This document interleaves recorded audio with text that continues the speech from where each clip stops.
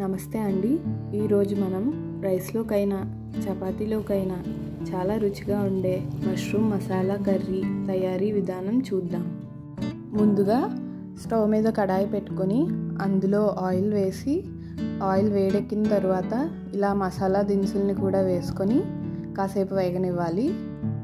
వీటిని ఎక్కువగా ఫ్రై చేయాల్సిన అవసరం లేదండి. ఇప్పుడు ఇందులో సన్నగా తరిగి పెట్టుకున్న ఉల్లిపాయ ముక్కల్ని 2-3 పచ్చిమిర్చి ముక్కల్ని వేసి ఫ్రై చేసుకుందాం. ఉల్లిపాయలు బాగా మగ్గే వరకు ఇలా మధ్య మధ్యలో తిప్పుతూ ఉండాలి.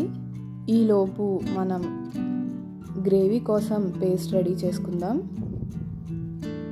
ఇప్పుడు గ్రేవీ కోసం 2 యాలకులు, 2 లవంగాలు, చిన్న దాల్చిన చెక్క, ముందుగా నానబెట్టి ఉంచుకున్న జీడిపప్పులు, టమాటా ముక్కలు, 2-3 పచ్చిమిర్చి, కొద్దిగా పెరుగు వేసి మంచిగా గ్రైండ్ చేసుకుని పేస్ట్ చేసుకోవాలి.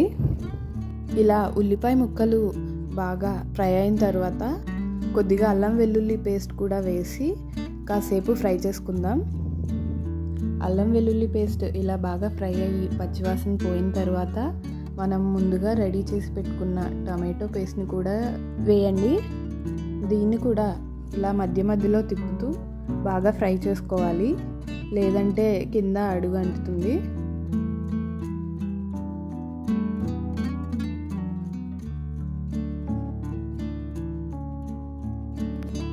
ఇప్పుడు ఇందులో రుచికి సరిపడా కారం, ఉప్పు, కొద్దిగా పసుపు, ధనియాల పొడి కూడా వేసి బాగా మిక్స్ చేసుకుని ఫ్రై చేసుకోవాలి.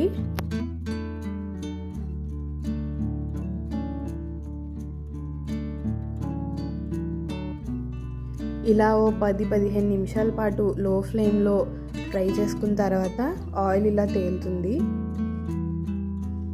ఇప్పుడు ఇందులో నానబెట్టుకుని ఉంచుకున్న జీడిపప్పు అలాగే మష్రూమ్ ముక్కల్ని వేసుకుని బాగా మిక్స్ చేసుకోవాలి.